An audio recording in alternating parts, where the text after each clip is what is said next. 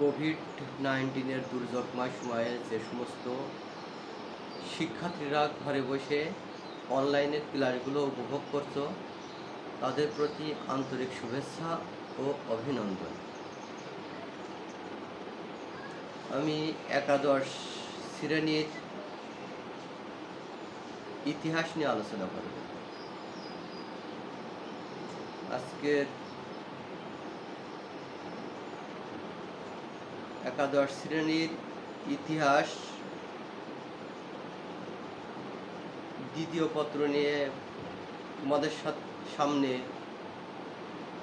কিছু আলোকপাত করব। তো দ্বিতীয় পত্রের প্রথম অধ্যায় শিল্প বিপ্লব। আমাদের আজকের আলোচ্য বিষয় ইংল্যান্ডের শিল্প বিপ্লবের সূচনাকাল।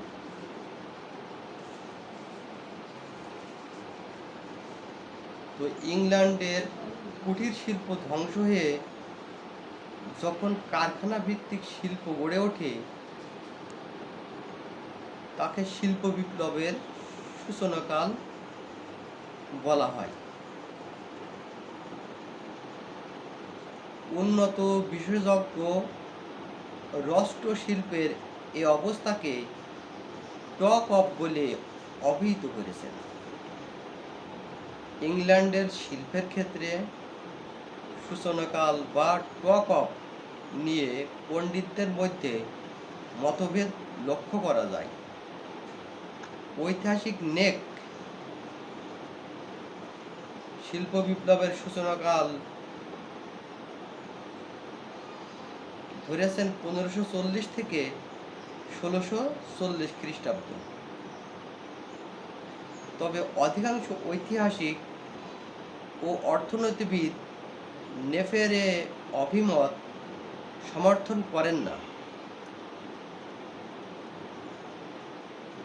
কারো মতে 1740 থেকে 80 খ্রিস্টাব্দকে ইংল্যান্ডের শিল্প বিপ্লবের সূচনাকাল ধরা হয়ে থাকে। বেশিরভাগ ঐতিহাসিক টয়েনবির সময়কালকেই সূচনাকাল বলে সমর্থন করেন, যার ব্যাপ্তি ছিল 1850 খ্রিস্টাব্দ পর্যন্ত।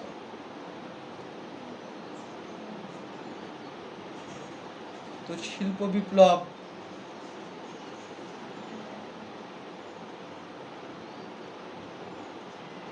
বিপ্লব সম্পর্কে অনেকেই অনেক মতবাদ, অনেকেই সংজ্ঞা প্রয়োগ করেছেন।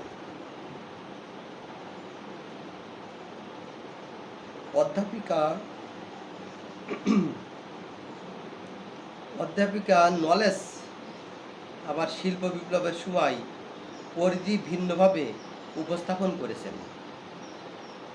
তার মতে, যদি শিল্প বিপ্লবের সময়সীমা নির্দেশ করার জন্য একান্তই একটা সুনির্দিষ্ট তারিখের প্রয়োজন হয় এবং যদি ইংল্যান্ডের অবস্থা 1750 খ্রিস্টাব্দের তুলনায় উল্লেখযোগ্যভাবে ভিন্ন হয়, তবে বোধ হয় 1830 থেকে 40 খ্রিস্টাব্দ পর্যন্ত সময়সীমাকে পরিধি হিসেবে গ্রহণ করা যায়।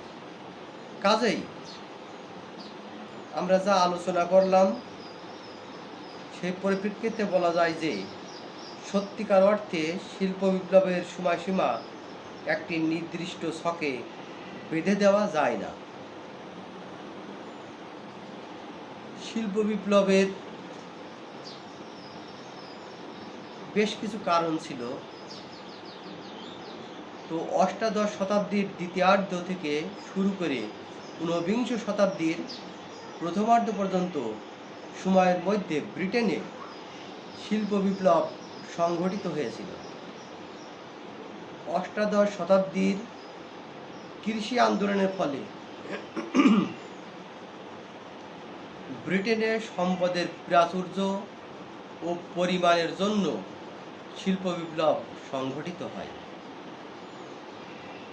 সম্পদের উদ্বৃত্ত অংশ নিশ্চিত পদক্ষেপ হিসেবে শিল্প বিপ্লবের সূচনা করে। এছাড়াও অষ্টাদশ শতাব্দী থেকে নতুন নতুন আবিষ্কার, বৈদেশিক বাণিজ্যের সম্প্রসারণ, রাজনৈতিক ক্ষেত্রে মহৎ ধারণার প্রভাব, যোগাযোগ ব্যবস্থার উন্নয়ন ইত্যাদি বিভিন্ন কারণে শিল্প বিপ্লব সংগঠিত হয়েছিল। শিল্প বিপ্লবের কারণগুলোকে মূলত তিন ভাগে ভাগ করা যায়: সামাজিক কারণ, অর্থনৈতিক কারণ ও রাজনৈতিক কারণ। তো সামাজিক কারণ সম্পর্কে আমি একটু আলোচনা করব। জার্মানি, হল্যান্ড, স্পেন, ফ্রান্স ইত্যাদি সমসাময়িক দেশের তুলনায় ব্রিটেনের সমাজ ব্যবস্থা ছিল নমনীয়। সামন্ত ও ভূমিদাস প্রথা সর্বপ্রথম ব্রিটেন থেকে বিলোপ হয়। আইনের শাসন ও সমতা প্রতিষ্ঠিত হওয়ার সকল প্রকার সামাজিক কুসংস্কার বিদায় গ্রহণ করে। প্রতিষ্ঠিত হয় বন্ধন ও বাধা নিষেধমুক্ত স্বাধীন সমাজ ব্যবস্থা। সামাজিক ক্রম বিকাশের ফলে ইংল্যান্ডে শক্তিশালী মধ্যবিত্ত শ্রেণীর জন্ম হয়। শিল্পের সংগঠন ও শিল্পপতিরা এই শ্রেণী থেকে সৃষ্টি হয়। মধ্যযুগে ধর্মীয় কোন্দলের জন্য ইউরোপের বিভিন্ন দেশ থেকে উল্লেখযোগ্য সংখ্যক দক্ষ শ্রমিক দেশ ত্যাগ করে ব্রিটেনে এসে স্থায়ীভাবে বসতি স্থাপন করে। তারা বিভিন্ন শিল্পে কাজ করে দক্ষতা অর্জন করে।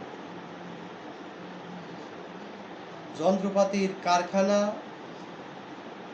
আবিষ্কার হওয়ার পর নতুন পদ্ধতির পরীক্ষা নিরীক্ষার দায়িত্ব তাদের উপর অর্পিত হয়।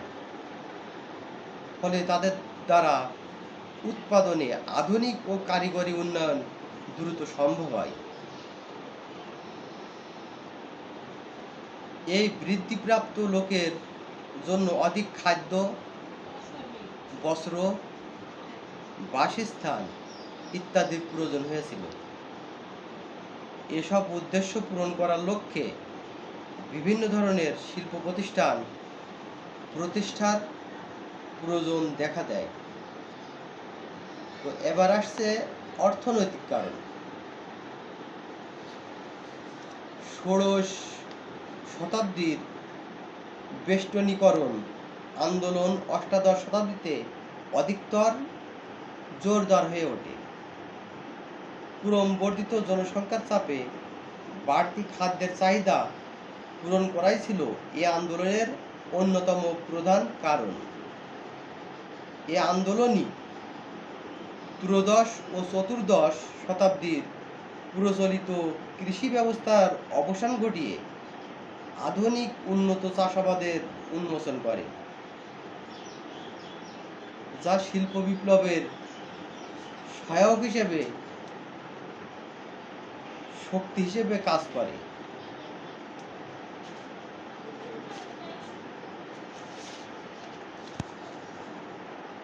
তৎকালীন সময়ে ব্রিটেন ছিল বাণিজ্যিকভাবে শক্তিশালী দেশ। ব্যবসা বাণিজ্য বৃদ্ধির সাথে ব্রিটেনে উৎপাদিত দ্রব্যাদির চাহিদা বৃদ্ধি পেতে থাকে। বিক্রেতারা বাইরে দ্রব্য বিক্রয়ের জন্য ব্যাপক উদ্যোগ গ্রহণ করে। ফলে চাহিদার সাথে সঙ্গতি রেখে আরও বেশি উৎপাদন করার স্পৃহা উৎপাদনের মধ্যে বৃদ্ধি পায়। ব্রিটেনের নতুন নতুন আবিষ্কারের ফলে বিজ্ঞান ও প্রযুক্তিবিদ্যা অগ্রগতি দ্রুত সম্ভব হয়েছিল।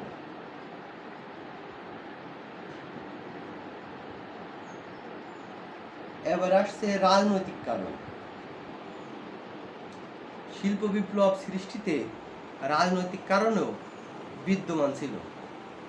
ব্রিটেনের অর্থনৈতিক উন্নয়নের জন্য অনুকূল ও স্থিতিশীল রাজনৈতিক ব্যবস্থা শিল্পক্ষেত্রে অধিক বিনিয়োগের পরিবেশ সৃষ্টিতে সহায়তা করে। ব্রিটেনে শিল্প বিপ্লব সংগঠিত হওয়ার জন্য মহৎ ধারণাকে দায়ী করা হয়। সারা ইউরোপে গণজাগরণ ও সংস্কার আন্দোলনের ফলে জনগণের মন মানসিকতা থেকে কুসংস্কার দূরীভূত হয় এবং মানুষ উদার ও প্রগতিশীল হয়ে ওঠে। ক্রমে ক্রমে মানুষের মধ্যে পুরনো ধ্যান ধারণার স্থলে বিজ্ঞানভিত্তিক মূল্যবোধ জাগ্রত হয়, ফলে সামাজিক জগতে পরিবর্তন আসে, যা শিল্প বিপ্লবের সহায়ক শক্তি হিসেবে কাজ করে। শিল্প বিপ্লব ব্রিটেনের রাজনৈতিক পরিস্থিতি খুব একটা সুসংহত ও স্থিতিশীল ছিল না।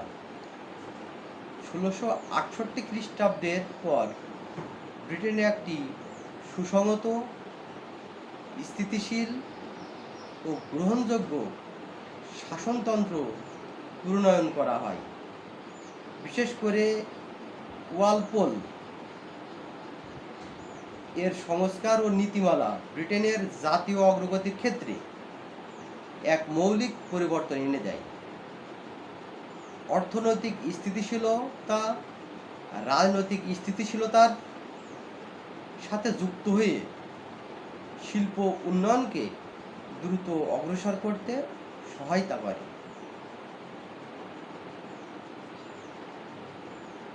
এবার আসছে শিল্প সম্পর্কিত আবিষ্কার।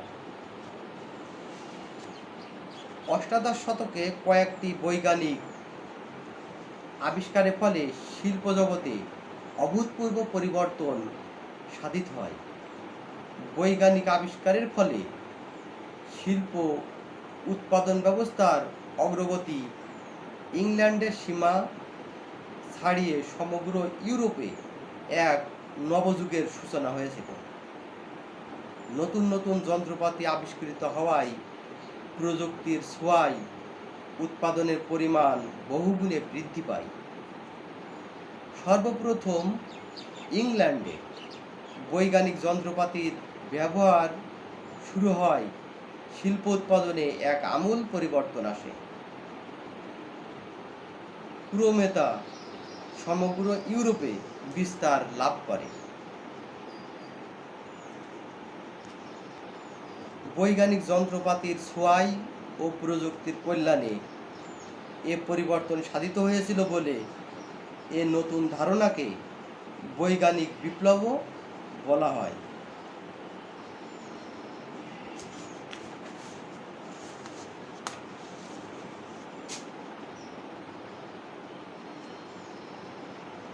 তো শিল্প বিপ্লবে কিছু আবিষ্কার,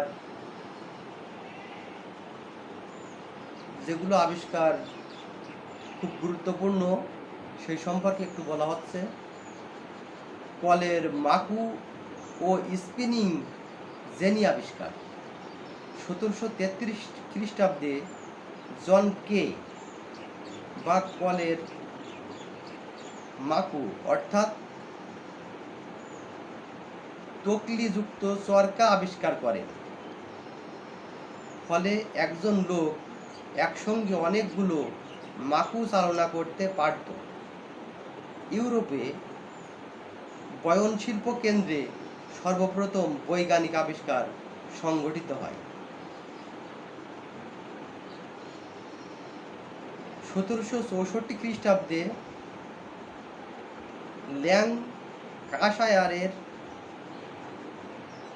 হারগ্রিভস তার স্ত্রী জেনির নামানুসারে স্পিনিং জেনি আবিষ্কার করেন। স্পিনিং জেনির মাধ্যমে একজন তাঁতিকে দিয়ে 10 জন তাঁতির কাজ করানো যেত। এ যন্ত্র মানুষের হাতের ব্যবহার ছাড়াই চলতে পারত।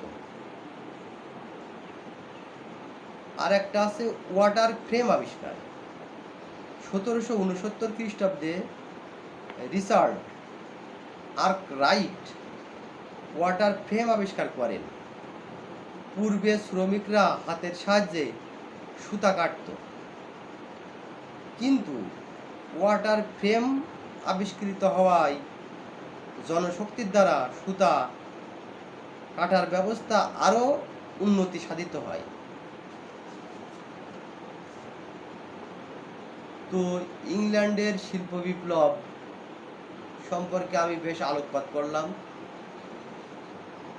তো পরবর্তীতে তোমরা যখন ক্লাসগুলো অনলাইনে দেখবে, আমি আরও একটু